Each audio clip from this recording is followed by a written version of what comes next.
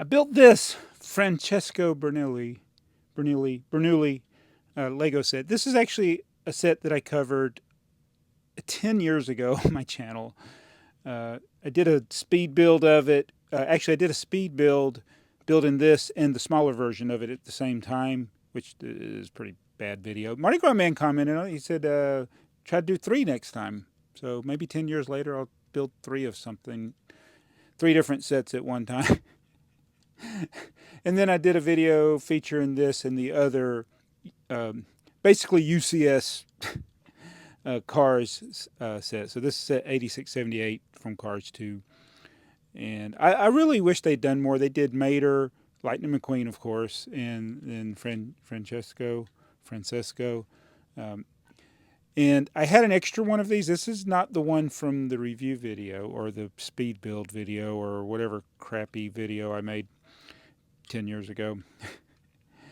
This is one that was in a bulk lot. It's missing a few pieces. I acquired the pieces. Actually, a printed piece. I think I had to get the piece that's on the back here, and I did that. And it had all the stickers.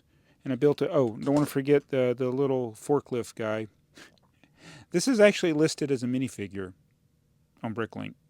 Back when they first put the Cars sets on there, they broke them down to their individual parts. But now, when you look at Bricklink, all the Cars characters, other than the UCS ones, I'm calling them UCS. I don't think that's what they're the ultimate build. That's like UCS, except it's UB. Anyway, yeah, the characters are listed as minifigures. So if you're a minifigure collector, you got to collect the cars. So I try to have all of the Disney Pixar Cars sets. And I think, when I see Hot Wheels, they still make, I still see Disney cars. Is it Hot Wheels or whoever makes them? I don't know if it's Hot Wheels. I don't collect the diecast cars sets, but I see tons of characters out there. And Lego did make a lot of the characters. And a lot of them were smaller sets, which I thought is what they should have done. But they did have some bigger sets. But I think this is a series they could have continued, just making character packs where you just build the character. I don't need any of the accessories from Cars. I don't need any buildings from Cars. Just make the cars. That's why it's called Cars. And I think that's something they could have continued. We still get Disney car stuff. I got some Duplo stuff out there that I still haven't done videos on. But yeah, the Francesco Bernoulli, I built it, set 8678. I did a review of it, or videos of it 10 years ago. This one is my extra. I was going to put it on Bricklink or eBay. It's about a $20 to $25 used set. I don't have the instructions. And here's something. I looked on Bricklink before I got on to film this video. There's only 11 people in the world on Bricklink that have the instructions for sale. There's a handful in the U.S., and it's something you can get for a couple of bucks or less, but then you got to pay for shipping. And so it's not worth it for me to buy the instructions to put with this than to sell it. But I feel like it would be a better thing for somebody buying it if they actually had the instructions. I mean, of course, there's digital instructions, but so I'm going to just put this to the side and then try to figure out what I want to do with it. If I want to sell it like that without the instructions or with them. Because, as soon as I sell it without the instructions, something will happen. I'll get a bulk lot and I'll find the instructions. Something like that will happen. But anyway, oh, hey, I'm Jabbo. Welcome to the channel. It's BrickTsar. And it's another day, so I'm wearing a different shirt. But odds are, if it's a different day and I'm wearing a different shirt, it's probably a They Might Be Giants shirt. And that's what this exactly is. This is actually now one that I just got in the mail. This is the premier level Instant Fan Club. They Might Be Giants. They had the mottos like, if somebody asks you about it, you're supposed to say you must be thinking of some other band. But I think it's just in jest. I don't think they really want it to be a super secret club. But the one thing they do ask, and this is something I have honored, is when you buy stuff from them, they don't want you reselling it. They don't want it to be on eBay. So everything that you see me get from They Might Be Giants, I keep. That's like, and I have a quite extensive T-shirt collection. I have other little goodies, postcards. I have signed things that they've sent me.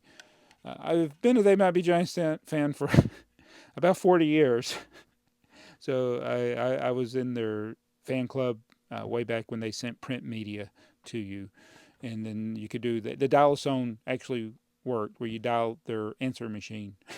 And I remember those days. It was a long distance call back in the day, which you had to pay extra for. So I did it at work. So anyway, I don't work there anymore, so they can't fire me. Uh, I am 4 weeks now into the AT&T strike, and so I've been a full-time YouTuber, Bricklinker, eBayer. So I've been getting a lot of support from the community. The Bricklink stuff, it goes in waves. I'll have a burst of sales, and then I'll go a couple of days with no sales. But it's been very good. I'm in the process of adding more parts to the store. That's what I'm working on the day that I'm filming this. I've sold quite a bit on eBay. I think if you sell 5% of what you list, you're doing good, because eBay's it's not like it used to be back in the day. So it's helping us pay the bills. And I also am trying to continue to make videos, but this is not easy. So I mad respect for full-time YouTubers, people that they've made this their career, like Greg from Greg's World, Brickatech, and also Ryan from M&R Productions, because YouTube is a roller coaster. I used to watch these YouTube tutorial people like Daryl Eves and Schmoyer or whatever his name. Those guys, I don't want to speak negatively of them, but you got teachers and you got students, and then but sometimes the people that become the teachers, you can have good teachers that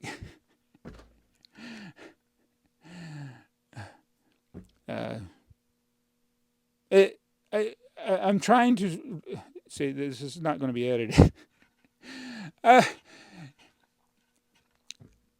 It's okay. So there are, and I'm not putting these people in this category, with anything or business or venture that people go into, there's always shills out there, or people that are grifters.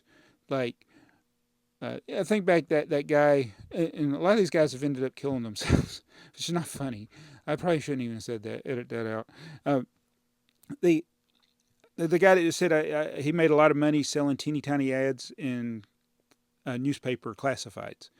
That guy was crazy, but he did make a lot of money. But the money was from selling the stupid course. So it's like you can make money doing the thing. Like, let's say you're in real estate. There obviously people make money in real estate, and then there's the people that sell the courses on how to make money in real estate. And I think that there's a lot of that in YouTube, where people can make money on YouTube, and you can make money teaching people how to make money on YouTube. And the line can be blurred. I mean, obviously there's good advice out there, and some of these people I mentioned, they do give good advice and it's valid, and they do help people, and that's what they should do. But why can't they make it themselves? Like, it's like I make money on Bricklink, and I give you these tutorials, or I show you what I do, but I'm not charging people for it. But like, if I just started, hey, sign up for $30 for my course on how to sell on Bricklink, and it's $30 a month. And then I started making tens of thousands of dollars. I'd be like, I'm making tens of thousands of dollars teaching people how to sell on Bricklink. Or I've made tens of thousands of dollars on Bricklink, which is the case. See, so that's the great. So anyway, there's another one. I only follow ones now that I really like Roberto Blake and Nate Black. Nate Black, I had this thing where I was very disappointed, because I realized he was just the face of a corporation. I thought it was his YouTube channel, and he broke away from the corporation. And it was like one of those, I was almost as sad as when Joel left Mystery Science Theater. I was half asleep when Joel left Mystery Science Theater, and it was the end of the episode, and I was like, what? I was like, what's happening? No, Joel can't leave. And so when Nate announced that he had his own channel, and I was like, I thought it was your own channel. So I don't like I wish I had known from the beginning that it was a corporation or this big business thing, and it wasn't actually him. Because I like the organic YouTubers, people that started out, did the work, and they grew. And that's what, Greg from Greg's World has done. That's what Ryan has put many, many years into this. And I feel like that's what I've done. But I've not been a person that's gotten to that level or even the desire to do this full time. And I am struggling these last 4 weeks with it. I've not made any more videos than I would have if I was still working my regular job at this point. And so Nate, and the reason I'm saying all this, Nate, he does little polls on his channel. One of them is, does YouTube get harder as your channel grows? True or false? And it's right now it's about 50-50. And I looked at the comments. Most of the people, or no, wait, I think it was, does YouTube get easier? Yeah. Does YouTube get easier as your channel grows? True or false? And it's 50-50 splits. I am 100% in the false category. YouTube does not get easier as your channel grows. But if you took away that as your channel grows portion of the question, or you took away what your goal was with YouTube, then I might say yes, it gets easier. Because what does get easier? It's like you get more comfortable in front of the camera. You get more comfortable with the editing and the equipment that you use. So those things, they don't get easier, then you're just not trying. So yeah, those portions of making a YouTube video become easier. But what is your goal when you post these videos? If you're like me and you're not worried about, I want people to watch. I don't worry about it. So, thumbnails, what the topics are that you talk about, those things all matter. And if you're wanting to grow your channel, if you find something that works right now, it will not work maybe 6 months from now, a year from now, 5 years from now. So at some point, it's not going to work that way anymore. I've seen so many cycles of this. I've been making videos off and on for 16 years on YouTube. I had a measure of success.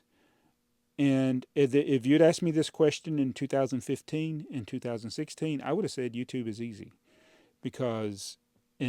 but I hadn't hit that bubble. So everybody's going to have their trajectory on YouTube is going to look like a bell curve where it's going to go up, up, up. And you think, well, I'll just keep going up. And that's what, when I started BrickTsar, it was doing quite well. And it was like each month it got better and better and better. Then when I started TrainTsar, it went woo. And it passed BrickTsar very quickly. And I was like, wow, that was easy. And it was going up and up. And I'm making more with that channel than I was at my regular job. So I was like, this is great. So I was, if I can just get this consistency going, and I was just like, it was exciting. I looked every day at my analytics, and it was just like, wow, I cannot believe this. I made, by lunchtime, I had already made more for the day, for those few hours at lunchtime than I would at my regular job. And it's just like, not only was I looking at the analytics every day, I was looking at them almost every hour at times. Sometimes I was way too focused on it, just like, wow, because it felt easy. And then literally overnight on a Monday, it just died. And so I realized something. So back in the day, there was another YouTuber. He still makes videos, but I don't follow him as closely. Mad About Lego was one of those YouTubers that it was a silent face of not even a face, a silent YouTube Lego creator. And he did a lot of stop motion and not the highly edited stop motion, but trains running through things. And anyway, he was doing quite well, and he was one of the early fastest growing Lego YouTubers. And I asked him, I said, are you doing this full time? Because he had a large collection. He was one of the, I viewed him as a peer as far as the collection because he had a large collection. I had a large collection. I wasn't aware yet of all these other people that had large collections, and so I asked him. I said, "Are you are you gonna are you doing this full time now? Or are you still working?" He's like, "No, it's too unreliable." Is what he said. YouTube's too unreliable, and I was like, "Oh," but I was like, "Man, if I was making $1,000 a day, I wouldn't want to work if I was making that from YouTube." And so then when I got to where I was doing quite well, not to his level, but still, it was like really good, really, really, really good. And then when it just died overnight, and then nothing I did after that, I couldn't get the magic back because it changed. What worked in 2015 and 2016 stopped working, and it still doesn't work. And so you had to change. And the thing that started working then were all these more kid-centered types of videos. That's when you started seeing all the Elsa and Superman or Spider-Man videos, and the obnoxious kids contents like Coco Melon. That stuff started getting pushed more in the space of, I'm dealing with toys. And I don't want to make kids videos for toys. I want to make videos that I enjoy talking about, things I enjoy collecting. And so it changed. And then even since then, there's been more cycles of change. And that's why you see the Mr. Beastification of Lego YouTubers. That's going to go away. At some point, what's working, and people can say I'm wrong. You can disagree with me, but it's going to change. It always does. It's always changed.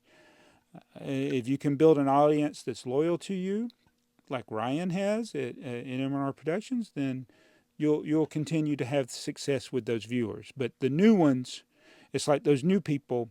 It's going to be a different generation. There are going to be different things that they like, and there's going to be different things that do well. And plus, YouTube is so finicky and they change constantly. It's like just because a video is getting a lot of views doesn't mean it should. And it's funny because I think about some of the things I've done. Now, I know I don't do the highly polished, highly edited videos, but I have noticed a trend of things that get suggested to me of people doing videos about a single part. And I'm like, why is this all of a sudden now a thing? It's like rambling about a single part. That's what I do. But if I rambled about a single part, I would need to intersperse like a different image every 3 seconds or 1.5 seconds. And then the video would do well. But I don't want to do that. But, so that works now, and then something else. It'll change in the future. So I am rambling, but that's what was my thing. The whole point of all that discussion from the Nate Black comment is, does YouTube get easier? It's like, no, it gets harder. It gets harder. And it's like I would have to work twice as hard to make half as much money is what happens, or twice as hard to get half the views that I get, because there's more people in the space, more things get promoted to people based on what other people watch. So no, you can't just figure it out and then you just coast. You've got to adapt. If you want to be successful, as people might measure success with YouTube, like have growth. Like, that was what was in the question. As your channel grows, does it get easier or harder? It gets harder. And anybody that says it gets easier, you just haven't got to the other side of the bell curve yet. One day you will. I think Mr. Beast is on the other side of the bell curve right now. He's still doing quite well, and he's so high up there at the top of the bell curve, it's probably not going to hurt him, but he's hit that peak.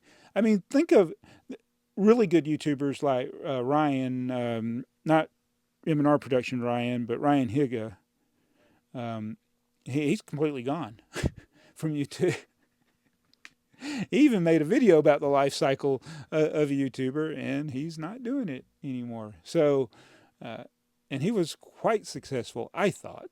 You got people that have adapted, like Ren and Stimpy. Wait, no, that's not it. What's the one the two guys that talk all the time. They have like a talk show.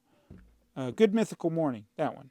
Yeah, Good Myth. So they've adapted, and they continue to have success. So, would you say that it's easy? Well, having a measure of success and popularity does help, but they can't just rest on what they've done. Uh, so I hope I've made sense. And again, I was going to do this as a separate video on my original channel, but making videos is hard, and I've been really busy lately.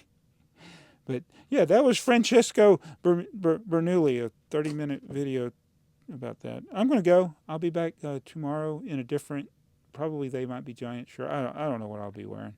But I want to thank They Might Be Giants. I also want to do a video talking about sponsorships and a lack of realism. No, what's the word? What is it when you see somebody promoting something, but you don't know if they really like the product? They're just promoting it because if you click the link in the description below, they'll get some money. I think people do that with Lego. And I do have a link in the description for different things. But it shouldn't be that you're promoting something for so somebody click the link, because then it becomes that you can become inauthentic and you can outright scam your viewer. So I'm going to talk about that at some point. Anyway, see you guys.